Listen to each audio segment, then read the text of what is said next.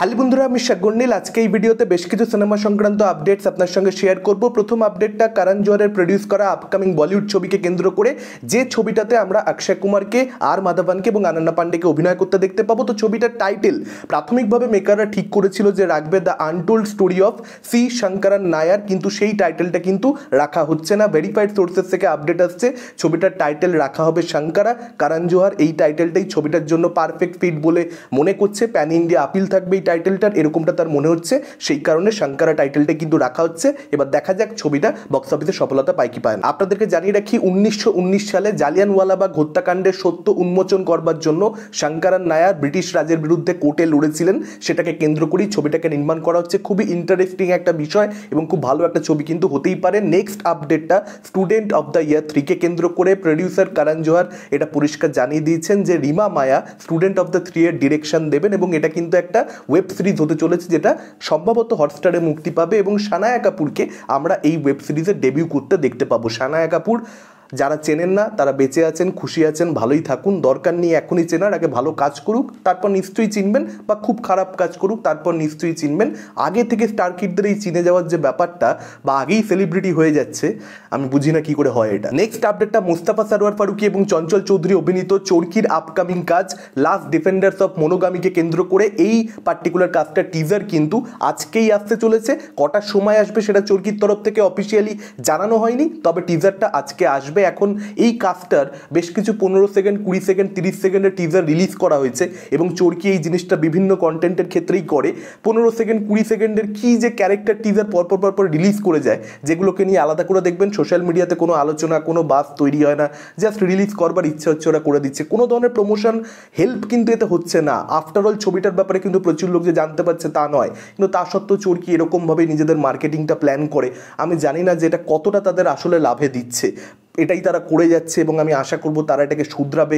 একটা proper teaser, proper trailer তারা আনবে। দেখা যাক আজকে যে টিজারটা আনবে সেটা কত মিনিটের হয়। টিজার বলেও তো তারা আনে হয়তো 50 সেকেন্ডের, 1 মিনিটের ম্যাক্সিমাম, এবং সেই টিজারটার মধ্যে দেখবেন যে 35 সেকেন্ড, 40 সেকেন্ড আসলে আমরা কিছু দেখতে পেলাম। লাস্ট 20 সেকেন্ড হয়তো চরকির নাম দেখাচ্ছে, টাইটেল দেখাচ্ছে, এই সব কিছুই। দেখা যাক আজকে কি আসে, আশা করব ভালো কিছু আসবে।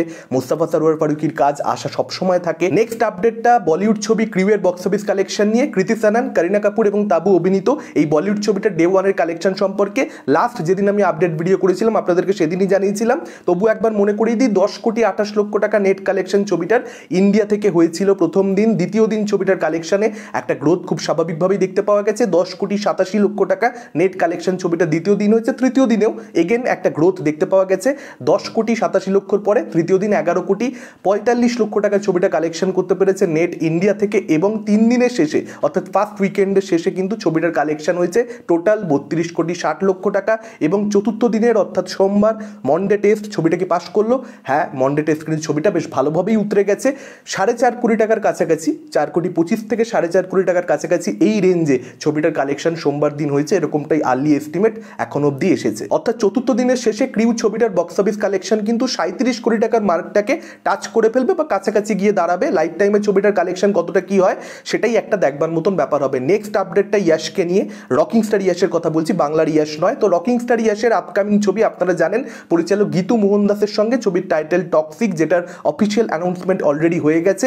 3 জন লিডিং লেডি এই ছবির মধ্যে থাকবে, সেই আপডেটও প্রিভিয়াসলি আমি আপনাদের সঙ্গে শেয়ার করেছি।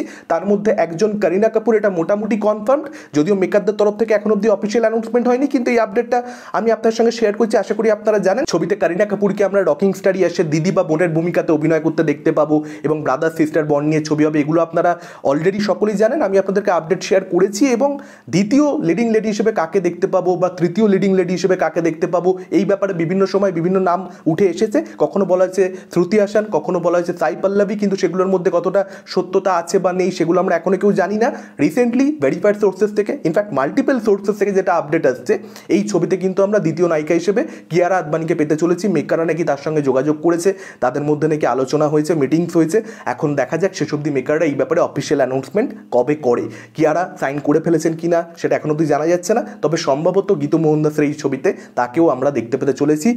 কারিনা কাপুরের পাশাপাশি। নেক্সট আপডেটটা আরও একজন বড় সাউথ ইন্ডিয়ান সুপারস্টারকে কেন্দ্র করে, আল্লু অর্জুন এবং অ্যাটলি জওয়ানের পরবর্তীতে যে ছবি নির্মাণ করবেন সেই ছবিতে মুখ্য ভূমিকাতে আমরা আল্লু অর্জুনকে দেখতে পাবো। তাদের দুজনের মধ্যে কথাবার্তা চলছে, কোলাবোরেশন খুবই সম্ভব। এই ব্যাপারে আপডেট আমি প্রিভিয়াসলি আপনার সঙ্গে শেয়ার করেছি এবং যেটা জানা যাচ্ছে তাদের মধ্যে কথাবার্তা কিন্তু ফাইনাল স্টেজে পৌঁছেছে।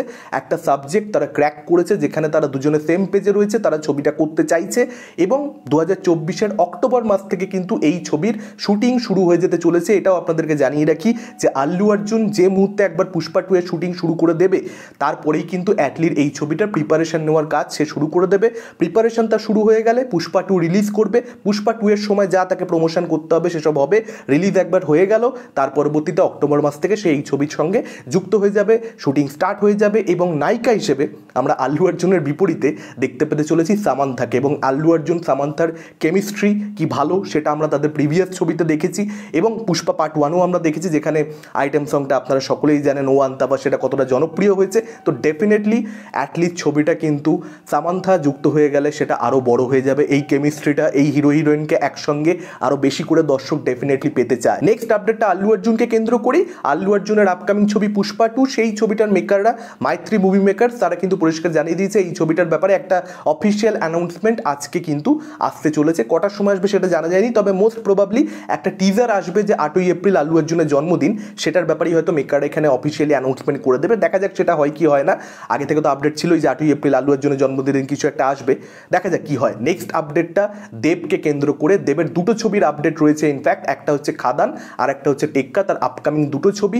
টেক্কার ব্যাপারে যেটা আপডেট আসছে, টেক্কার একদিনের শুটিং বাকি রয়েছে, সেটা দেব কমপ্লিট করবেন। আগামী 2 মাস ভোটের জন্য দেব ব্যস্ত থাকবেন, তার মধ্যেই সময় বের করে টেক্কার শুটিংটা তিনি কমপ্লিট করে ফেলবেন ওই একদিনের কাজটা। এবং আপনারা সকলেই জানেন দেবের খাদানের কিন্তু দুটো শিডিউল অলরেডি কমপ্লিট হয়ে গেছে। থার্ড শিডিউলটা কবে থেকে শুরু হবে সেটার ব্যাপারে নামী পত্রিকাতে সাক্ষাৎকার দেওয়ার সময় দেব কিন্তু নিজেই জানিয়েছেন ভোটের কাজ একবার শেষ হবে তার পরবর্তীতে কিন্তু থার্ড শিডিউলের কাজ খাদানের শুরু হবে। অর্থাৎ আগামী 2 মাস কিন্তু কোনো রকমভাবেই দেব খাদানের কোনো শুটিং করছেন না। হ্যাঁ, ডেফিনেটলি অন্যরা করতে পারে, অন্যান্য পোর্শন শ্যুট করা হতে পারে, সেটার ব্যাপারে আমি জানি না, সেটার ব্যাপারে দেবও কথা বলেননি, কিন্তু তিনি নিজে শ্যুট কিন্তু করবেন না। তার শুটিং শুরু হবে হচ্ছে ভোট শেষ হলে তার পরবর্তীতে। এখন ভোট শেষ হতে হতে জুন মাস, জুনের 28 তারিখে মুক্তি পেতে পারে এরকমও কিন্তু একটা নামী পত্রিকার তরফ থেকে জানানো হয়েছিল। খাদান ছবিটা 28 তারিখে মুক্তি পাবে কি সেক্ষেত্রে জুন মাসে, এটাই এখন দেখবার মতন ব্যাপার হবে। দেব সাক্ষাৎকারে যা বলেছেন থার্ড শিডিউল যবে থেকে শুরু হওয়ার কথা সেই অনুযায়ী তো জুনের 28 তারিখ পসিবল বলে মনে হচ্ছে না। এখন এটাও খুব সম্ভব যে পোস্ট প্রোডাকশনের কাজ আগে থেকে খাদানের অনেকটা এগিয়ে রাখা হবে এবং থার্ড শিডিউলটা হয়তো খুব কম দিনের হবে, অর্থাৎ খাদানের শুটিং খুব সামান্য কিছু বাকি রয়েছে এবং সেটা একবার দেব কমপ্লিট করে ফেললে জুন মাসের শুরুর দিকে হয়তো জুনের 28-এ রিলিজ হয়েও গেল। ফলত কি অ্যাকচুয়ালি হবে কি অ্যাকচুয়ালি হবে না এখনও কিন্তু সে ব্যাপারে কিছু জানা যাচ্ছে না। আমি খালি এটাই ভাবি যে ভাই দেবকে যখন পাচ্ছ রিলিজ ডেটটা নিয়ে জিজ্ঞাসা করো যে কবে রিলিজ হবে, কবে। আমি তো সামনে পেলাম রিলিজ ডেট জিজ্ঞাসা করতাম সবার আগে, এবার দেবদা উত্তর দিত না, দেবদা ঘুরিয়ে পেঁচিয়ে উত্তর দিত, সব ঠিক আছে, কোয়েশ্চেনটা তো ছোটো রে ভাই। যাই হোক, আপনাদের কি মতামত এই আপডেটগুলোকে কেন্দ্র করে, কোন আপডেটটা নিয়ে আপনারা সবচেয়ে বেশি এক্সাইটেড ডেফিনেটলি কমেন্ট করে জানান। এই ভিডিওটা ভালো লাগলে লাইক করতে পারেন, শেয়ার করতে পারেন, আমাদের চ্যানেল নতুন হলে চ্যানেলটাকে অবশ্যই সাবস্ক্রাইব করতে পারেন। আজকের মতন টাটা, চোখ রাখুন পরবর্তী ভিডিওতে।